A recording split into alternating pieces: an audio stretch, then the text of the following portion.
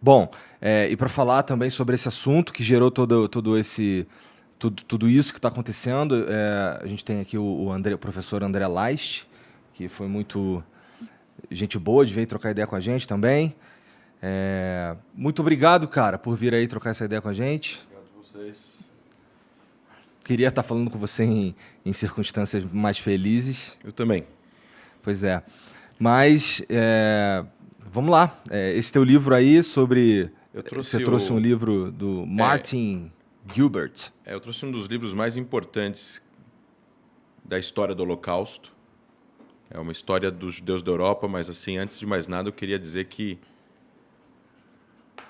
o nazismo não perseguiu só judeus. O Holocausto e a especificidade dele aconteceu com os judeus. Câmaras de gás, 1,5 milhão de mortos de crianças e tudo mais. É o que o Museu do Holocausto em Jerusalém fala, da especificidade dessa perseguição com os judeus. Mas o nazismo perseguiu negros, perseguiu ciganos, perseguiu deficientes, perseguiu gays, homossexuais. E eu acho que, humildemente, eu me coloco aqui também representando essas populações, não só como judeu, porque eu acho que a gente não pode normalizar o mal. E o mundo não é uma utopia de palavras que vão ser apenas escutadas. O mundo é feito de palavras e ações e reações. E o mundo foi, até pouco tempo atrás, um lugar muito ruim para muitas pessoas. E eu acho que o que a gente está vivendo hoje em dia com a modernidade, com a educação, o acesso à informação e à ciência e à história, é que a gente pode construir um mundo melhor. E a gente precisa ter essas responsabilidades, que é escrever, contar, ensinar.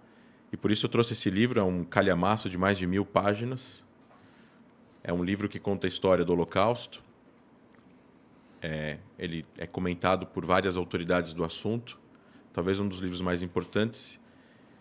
É um livro para vocês. É um livro para Obrigado. os ouvintes, para os espectadores. Se quiserem comprar, está em português. Mas é um livro que acho que abre essa conversa. Tá. Cara, eu imagino que você tenha visto lá o trecho Vi. do que aconteceu e tudo mais. O que você tem para falar sobre aquilo? Eu vou, para falar sobre isso, fazer uma breve leitura de um comentário. Na Tá. verdade, de um comentário não. Na verdade, tem um texto que chama O Paradoxo da Intolerância, que ele aparece na obra A Sociedade Aberta e Seus Inimigos, do livro do Karl Popper. Ele fala sobre a crítica extensamente às ideias filosóficas que deram origem, na opinião do autor, aos movimentos totalitários do século XX. Todo o livro é uma defesa da sociedade aberta e pluralista, da racionalidade e do falibilismo. Ele fala, eu não vou ler o texto inteiro, ele fala assim: devemos, pois, reservar o direito, em nome da tolerância, de não tolerar os intolerantes. Devemos afirmar que qualquer movimento que prega a intolerância está fora da lei e considerar criminoso o incitamento à intolerância e perseguição, da mesma forma que é criminoso o incitamento ao homicídio, ao rapto e ao reavivar da escravatura. Em resumo, a tolerância ilimitada levará ao desaparecimento da tolerância. O que eu quero dizer com isso?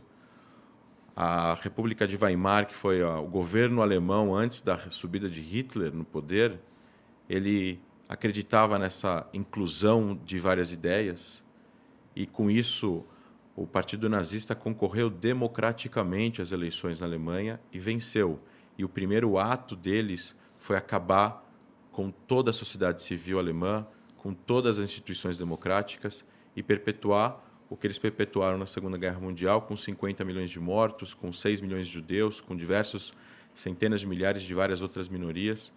Essa abertura que eles deram em nome desse debate de ideias, o outro lado não entende esse debate de ideias. O outro lado não está interessado em debater ideias, o outro lado está interessado em tomar o poder com golpe e impor a sua vontade, que no caso do nazismo especificamente, é voltado a uma ideologia radical, extremista, genocida, baseada em raça. Não só em raça, mas na ideia de um ser humano geneticamente melhor que o outro. Já foi provado pela ciência que isso não existe. E para que a humanidade possa, entre aspas, sobreviver, como diz no livro Sapiens, de Yuval Harari, o escritor israelense premiado, eles acreditavam que eles estavam fazendo um bem para o mundo, o nazista. E eles mataram pessoas que, independentemente da idade ou do sexo, eles acreditavam que eram seres inferiores. Esse tipo de debate, dentro de uma sociedade democrática, ele não pode ser permitido, porque você não tem como debater com aquele que, se subir no poder, vai matar você. Isso está fora do campo democrático das ideias. É como você colocar um partido que é uma organização criminosa, como o PCC, ou você colocar, ou como a gente imaginar agora, grupos terroristas concorrendo a eleições nos países que eles estão se alojando no Oriente Médio. Isso é ruim para a sociedade, é ruim para a humanidade e ruim para o futuro do mundo.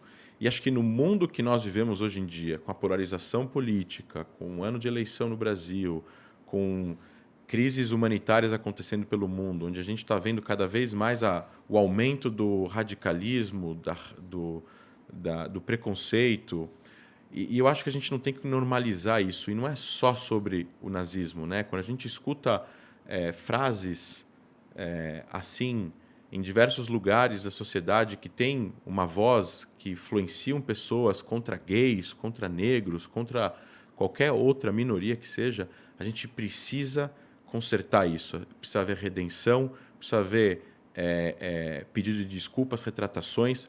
As devidas instâncias jurídicas têm que fazer o trabalho deles, não é o meu caso aqui como historiador, e a gente precisa ensinar as pessoas, os mais jovens, as crianças. Isso não é legítimo, não se pode normalizar a esse tipo de conduta, porque a conduta de vamos trazer para o debate político no Brasil, por exemplo, como foi mencionado, um partido nazista, isso não faz parte do debate democrático. Existem partidos de extrema esquerda no Brasil, existem partidos que, eventualmente, são extremamente criticados pelas suas posições, mas acredito eu que se um partido, seja ele qual for, colocar nos seus protocolos, nos seus estatutos, que eles prezam pela destruição de uma minoria, pela morte de uma minoria, pelo genocídio de uma minoria, eles não vão ter autorização do Tribunal Superior Eleitoral para concorrer a eleições. Então, não é comparável, né? Eu tenho sérias críticas a partidos extremistas, seja de um lado ou de outro, mas ainda assim, não é comparável. Para você colocar no campo das ideias o que a gente deseja para construir uma sociedade mais democrática, mais livre, com liberdade de expressão, mas essa liberdade de expressão ela não pode ser incitação ao ódio, à violência, ao estupro, ao rapto, à volta da escravidão, num país que teve a maior quantidade de escravos importados da Europa, 3,5 milhões, 4,5 milhões de escravos. É mais do que todos os países da América juntos, mais que todos os países da América juntos. O Brasil importou 4,5 milhões de escravos e é o país que mais tempo teve a escravidão e que foi o último a abolir a escravidão. A gente não pode normalizar com isso. A gente precisa educar as pessoas, combater esse tipo de o discurso que tenta normalizar. Não é ok, vamos trazer isso para o debate. Não, isso não é ok, não faz parte do debate. O debate, se a gente abre o debate, como ele falou no final, se a gente abre o debate ilimitado para a tolerância, a gente acaba com a tolerância, a gente acaba com a coexistência, a gente acaba fazendo com que essas pessoas intolerantes possam vir a dominar o poder, e aí a gente vai acabar com a liberdade total que as pessoas têm. Eu não sei muito o que falar nessa situação, porque eu não sou a favor de nada disso, né? Do nazismo e tal, essa parada, né? E eu peço desculpa, porque do jeito que eu falei lá, dá pra entender essa porra, né? Então eu não sei muito o que falar. Eu sempre tratei todo mundo muito bem, eu nunca fui de nenhum grupo que tenha qualquer associação a esse tipo de coisa, então